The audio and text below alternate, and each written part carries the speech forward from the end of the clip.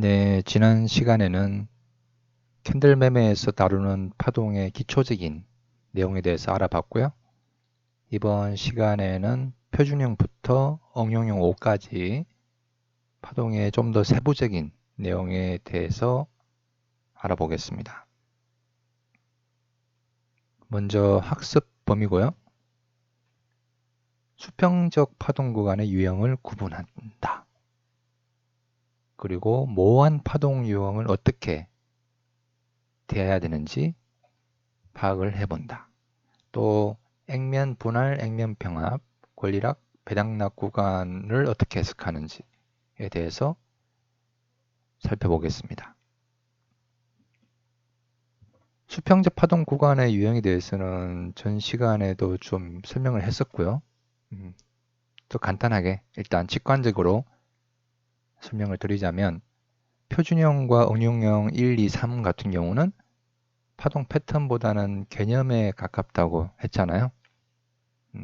표준형은 큰 하락 구간 다음에 좁은 가격대에서 매우 긴 시간 동안 몇 년, 최소한 4, 5년 이상의 시간을 두고 좁은 가격대에서 간간히 파동이 이렇게 깔짝 파동처럼 튀어오르다가 다시 잠잠해지고 이런 유형을 표준형이라고 하고, 응용형 1 같은 경우는 단기 상승한 다음에 표준형의 뉘앙스로 가는 거고요. 응용형 2는 단기 하락한 다음에 파동으로 단기 하락. 그러니까 저점을 만들었겠죠. 이전 저점이라고 표현할 수가 있는데, 저점을 만든 다음에 표준형의 뉘앙스로 움직일 때 우리가 응용형이라고 할 수 있습니다.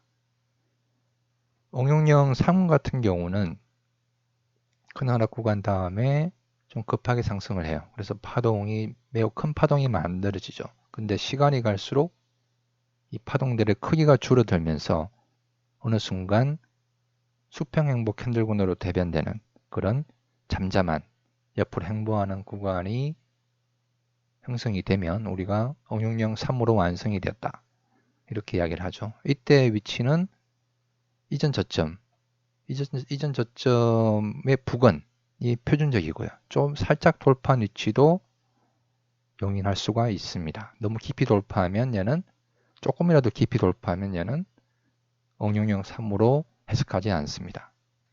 그 다음에 응용형 4와 5 같은 경우는 파동 패턴으로도 볼 수 있다고 했죠. 그죠?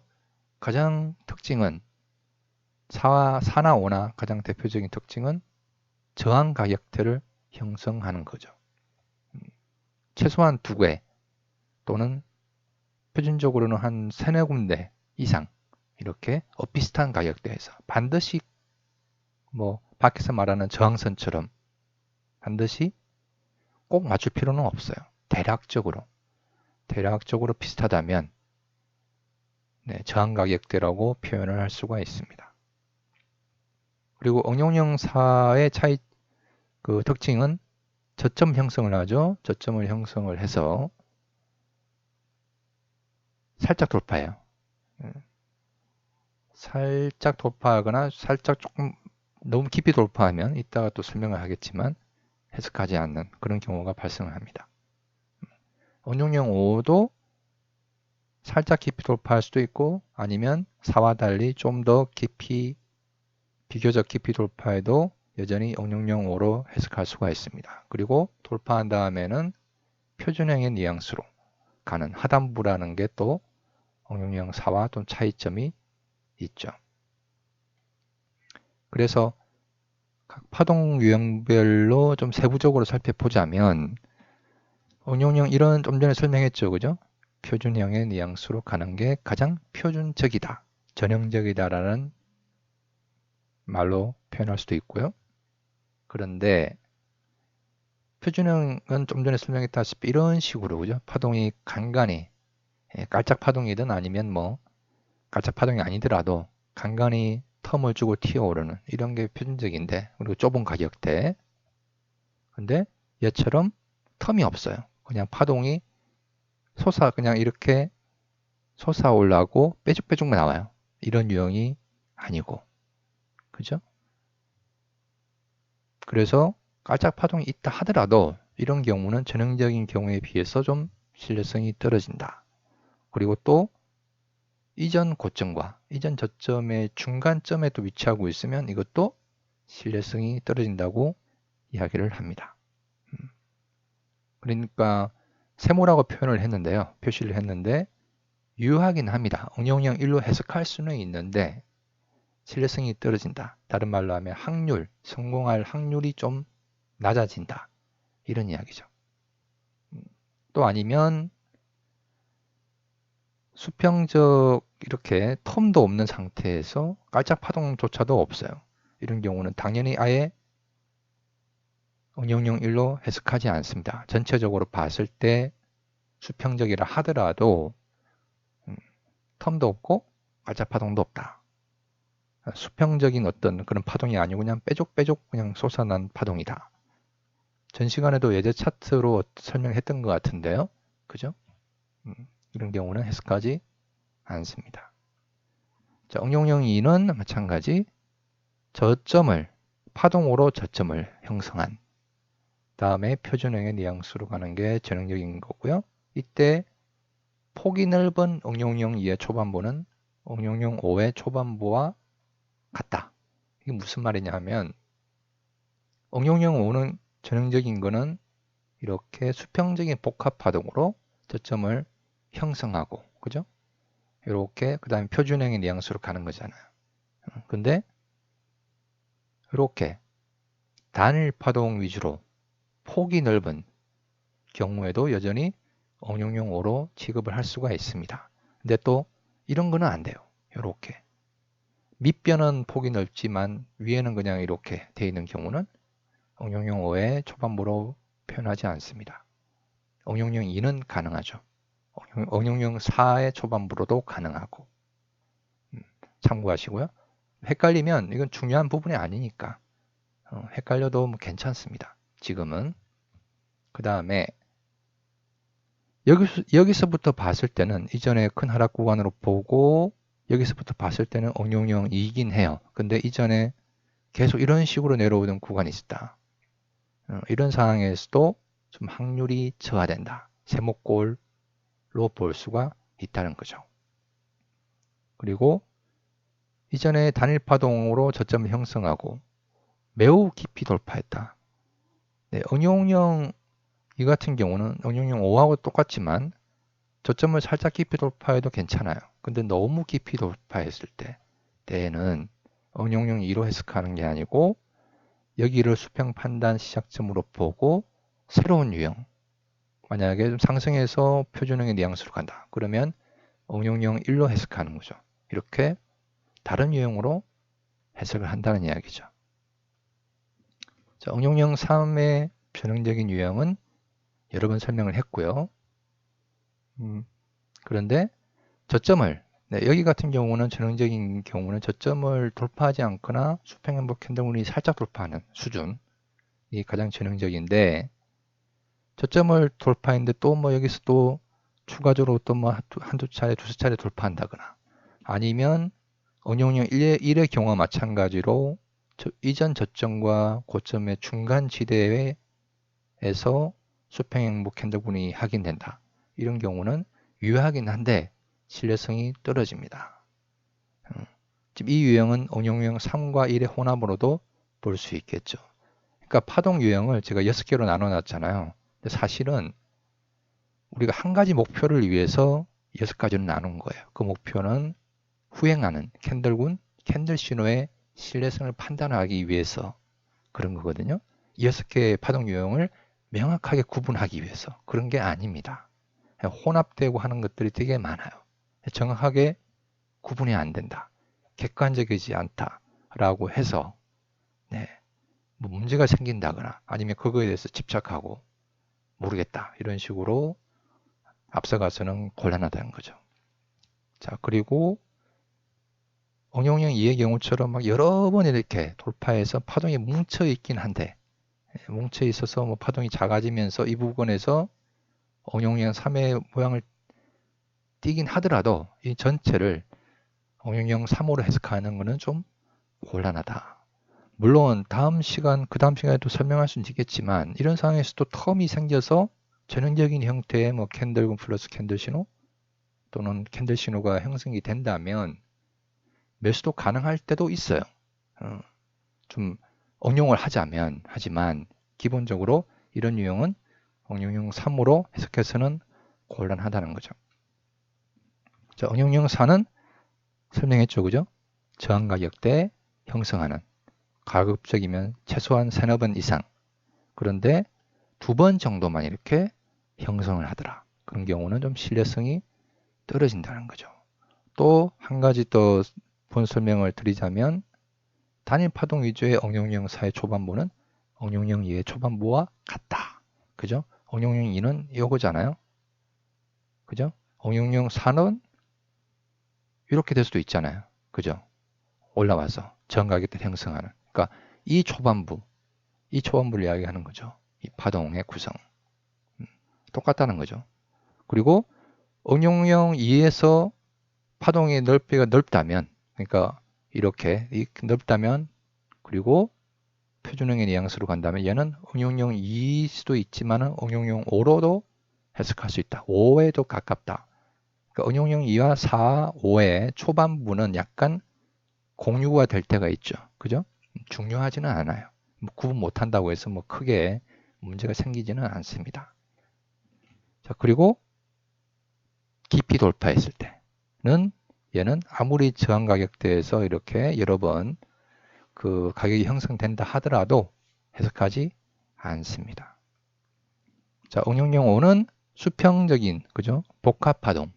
완만한 파동도 있지만 얘는 이렇게 완만한 파동이 형성이 되면 유효하다고 볼 수도 있지만 신뢰성은 떨어진다. 전형적인 유형에 비해서. 어쨌든 수평적인 복합 파동의 저점을 돌파한 다음에 여기서 표준형의 뉘앙스로 간다면 후반부 시작점을 좀 더 일찍 잡아서 출현하는 매수 신호, 매도 신호를 가지고 목표를 잡아서 3배 이상의 목표를 잡아서 매수할 수 있다라는 게 되고, 또 상단부에서 형성이 되게 되면은 또 여기서 수평형 뭐 캔들군, 뭐 깔짝 파동, 텀 다음 시간에 설명할 겁니다. 형성이 되면은 또 매수를 해서 3배 이상의 목표가를 가져갈 수가 있다. 이런 개념이죠. 그리고 근데 저점을 수평적인 것 같긴 하지만 저점을 또 좀 깊이 돌파해서 어중간한 상황인데 저점을 돌파한 이후에도 여러 차례 돌파했다. 전체적으로 봤을 때는 응용형과 비슷해 보이지만 조금 확대를 해보니까 여러 차례 이렇게 돌파한 흔적들이 보인다. 애매하다. 이런 경우는 해석하지 않아야 합니다.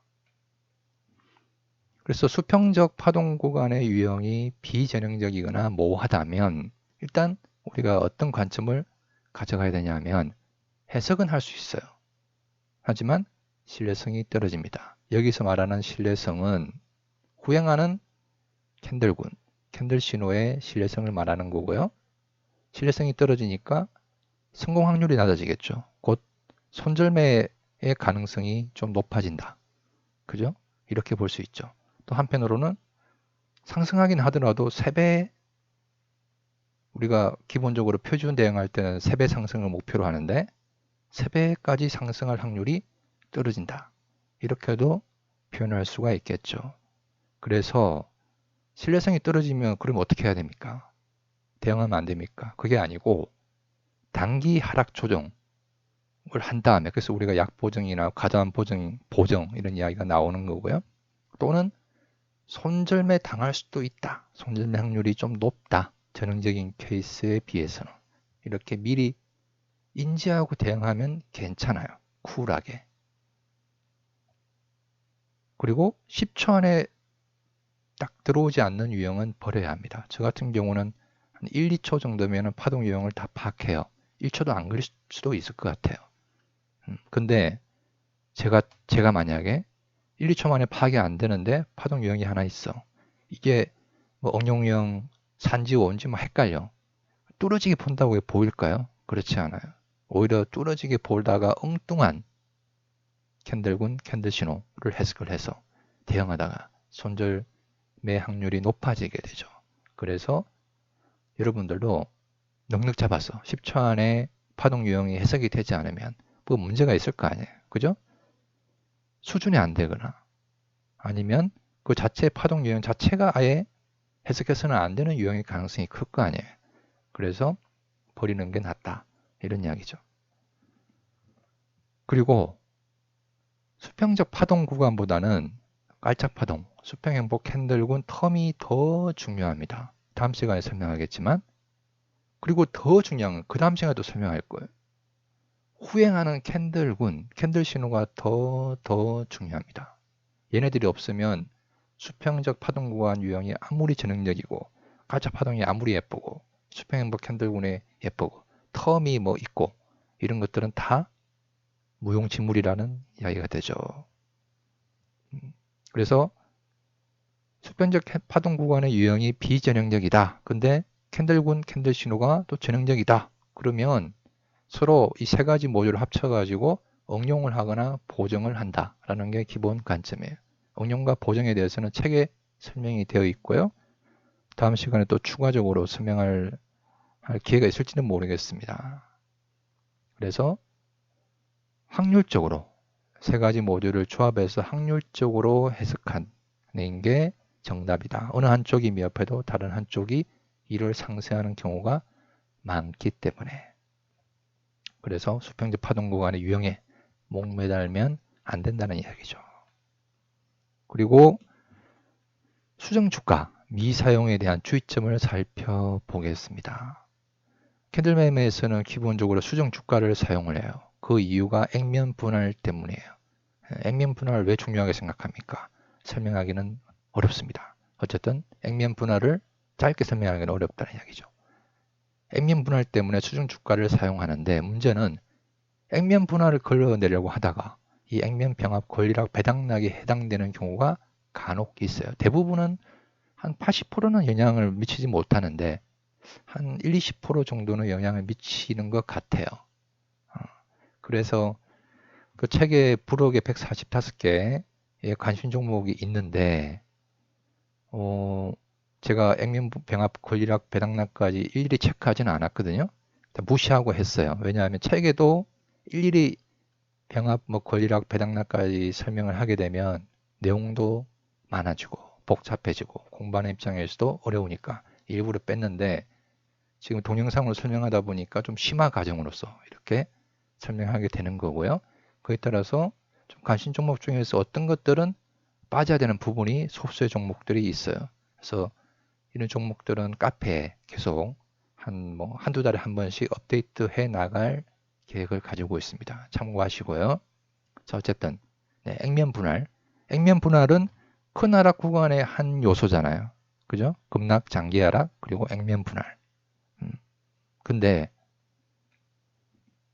가끔 가다 보면 권리락으로 구성된 큰 하락 구간, 수정 주가를 사용을 하지 않은 상태에서 차트를 봤더니 큰 하락 구간으로 확인된 것 같아요. 그래서 액면 분할인가 싶었더니 이거를 배당락 권리락 체크를 해보고 원래대로 보니까 권리락으로 표시가 되더라. 이런 애들은 큰 하락 구간으로 해석하지 않습니다. 그래서 전 시간에 4강에서 파동 이야기에 보면 20페이지에 네오위즈라는 종목을 응용형 3의 예제 차트로 제가 그 설명을 했을 거예요. 근데 응용형 3이 아닙니다. 얘가 권리락으로 구성되어 있거든요. 자, 미처 확인을 못하고 예제 차트로 다른 많고 많은 차트 중에서 설명을 넣었는데 참고하세요. 정정해야 됩니다. 일진 파워 같은 종목 또 보면은 고점으로부터 비교적 좀 약간 멀리 떨어져 있어요. 아주 멀리는 아니지만 그런데 이게 액면 분할인 줄 알았더니 배당락 권리락에 체크를 해보니까 권리락이 50%더라 이거죠. 그러니까 이거를 수정 주가를 사용을 해버리면 아마도 뭐 이런 식으로 차트가 될 가능성이 클 거예요. 그러면 전체가 수평적 파동 구간하고 거리가 멀잖아요. 그래서 해석하지 않는다. 얼핏 보면 표준형의 뉘앙스로 진행되고 있는 것 같았는데 그렇지 않다. 이런 이야기죠. 그리고 수평적 파동 구간 내에 좀 전에는 큰 하락 구간의 경우를 살펴본 거고요.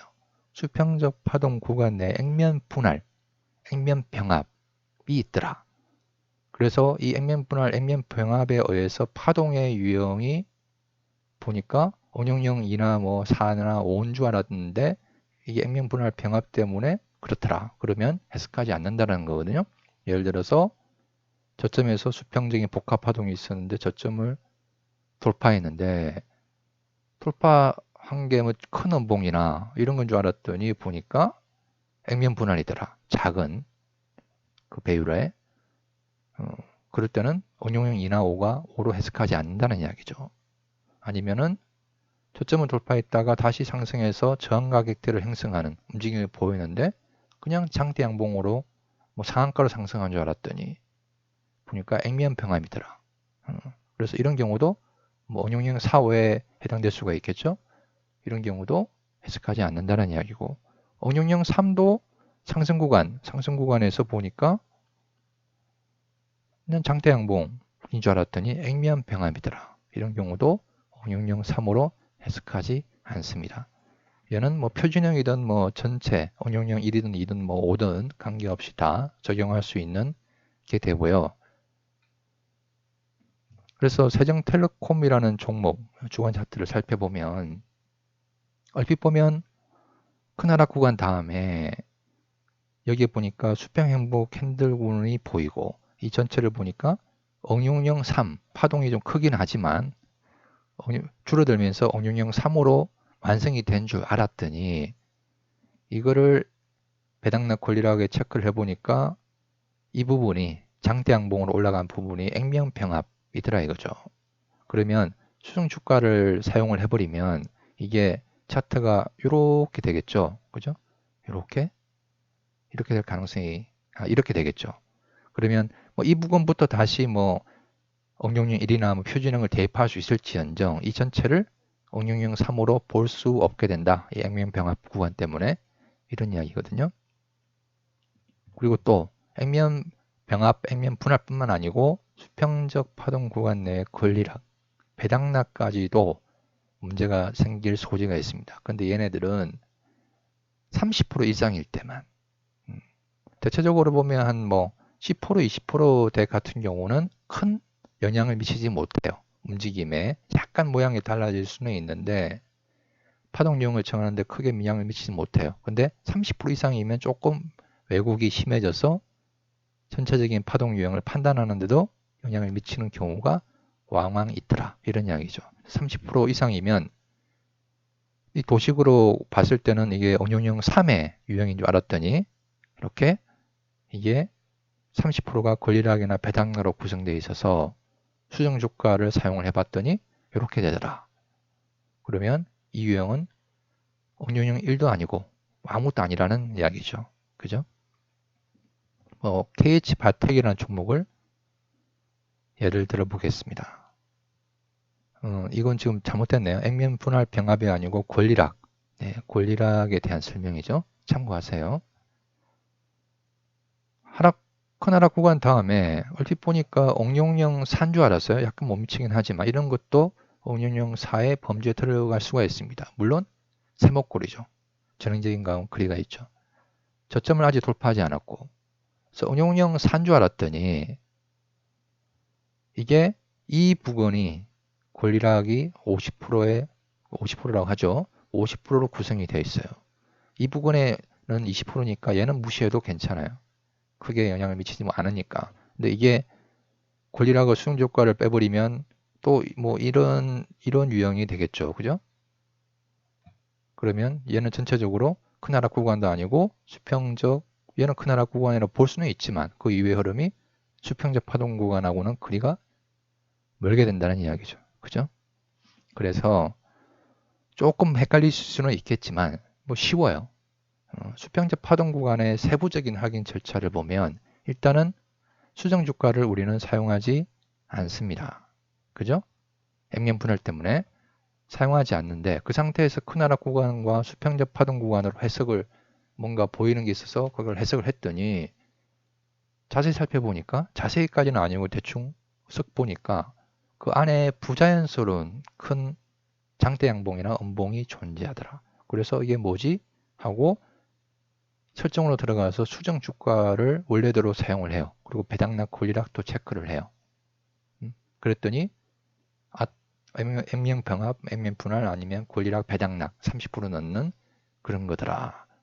그러면 얘는 이렇게 M명 분할 병합이나 또는 권리락 배당락 30% 이상이더라. 그러면 얘는 수평적 파동 구간으로 해석하지 않는다는 이야기죠. 그런데 수정 주가를 사용을 했음에도 불구하고 여전히 해당 유형으로 볼 수 있거나 또는 000 3이었는데 이게 1로 해석이 되더라. 해석할 수 있더라. 이런 경우는 여전히 수평적 파동 구간으로 봅니다. 그죠? 그러니까 수정 주가는 사용하지 않는 게 맞고요. 근데 배당락 권리락은 상시 체크해 놓을 수도 있을 것 같아요. 해 놓는 게 좋을 수도 있을 것 같아요. 근데 문제는 키움 같은 경우는 수정 주가를 체크를 빼버리면 배당락 권리락까지 체크가 빠져버려요. 그래서 키움만 쓰시는 분들은 차트를 참고하실 때 다른 회사 차트도 HTS도 한두 개 정도 띄워놓고 같이 보시는 게 좋을 것 같습니다. 그렇게 어렵지 않죠? 다 그런 게 아니고 일부분의 종목들이 좀 전에도 제가 했지만 한 1, 20%의 종목들에서 이런 현상이 생길 수가 있어요. 그런 부분들만 보시면 되는 거예요. 예를 들어서 NK물산이라는 종목인데 차트를 키워놓다 보니까 지금 큰 하락 구간이 빠져 있는데요. 이전에 큰 하락 구간이 있었고 보니까 파동의 크기는 초반부의 파동이 매우 커요. 좀 신뢰성은 떨어지는데 그래도 수평 행복 캔들군 비슷한 뭐 움직임이 있는 것 같고 이런 데서 파동이 줄어들고 있고 그래서 큰 양봉군, 장대 양봉인 줄 알았더니 권리락 배당락을 체크를 해보니 여기도 액면 병합이 있고 여기는 권리락이 60% 있고 여기도 권리락이 30%가 있더라. 여기가. 그래서 아닌가? 라고 해서 수정 주가를 체크를 해봤어요. 그에 앞서서 그래서 000 3이 확인되고 여기 보면 후테켄의 뉘앙스가 있죠. 이렇게 물러가는 뒤로 물러서는 텀도 약간 있고 그죠? 그래서 나는 이런 부분에서 매수 신호를 찾아보려고 했더니 000 3 플러스 후테켄인 줄 알고 수정 주가를 사용을 해봤더니 다른 모양이더라 이거죠. 근데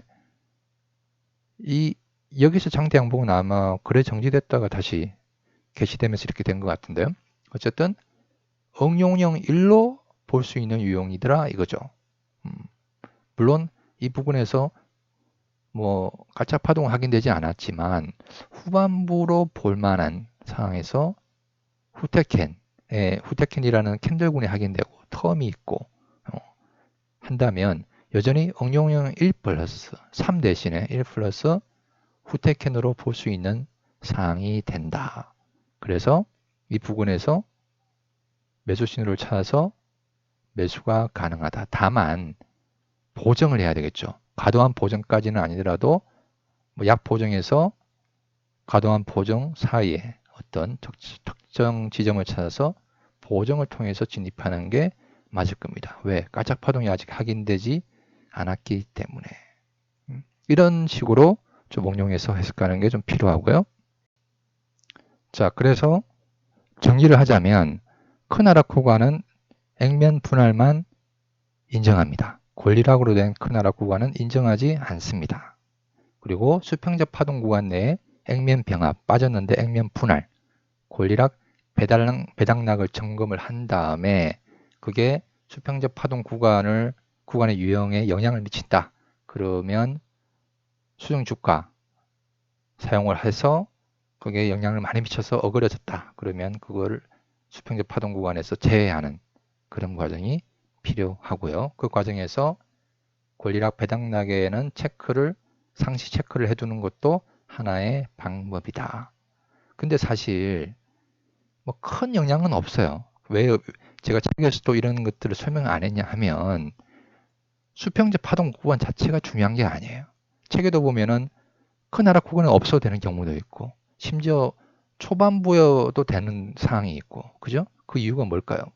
중요한 거는 수평적 뉘앙스에 그 다음에 나오는 다음 시간에 설명할 깔짝파동, 텀, 수평행복 캔들군 이 세 가지 요소로 대변되는 다음에 대변되는 어떤 구간 다음에 뒤따라오는 캔들군 캔들 신호가 중요한 거거든요.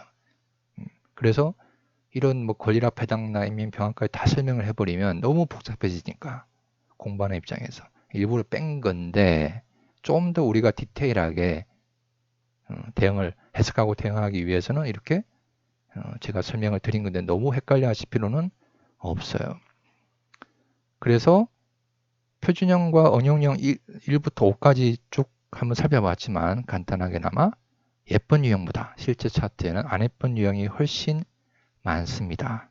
그래서 왜 책에서 설명하는 이런 깔끔한 것들은 안 나오고 왜 이렇게 헷갈리고 모호한 것들만 나오느냐? 그게 당연하죠. 깔끔한 것만 나오면 누구나 다 수익을 내죠. 그죠? 저 같은 사람이 이런 개념을 정립하기 전에 이미 수십 년 전에 누군가가 찾아냈을 거예요. 그렇지 않아요? 네. 차트는 시장은 그런 식으로 깔끔하게 딱 표현하게 되는 게 아니거든요. 어쨌든 이런 안 예쁜 유형들을 해석하기 위해서는 장그림보다는 큰 그림 위주로 해석하되 이분법적 사고를 벌인다. 이분법적 사고는 뭐죠? 매수 신호인가요? 상승하는가요? 하락하는 건가요? 뭐 아니면 응용형 1인가요? 3인가요?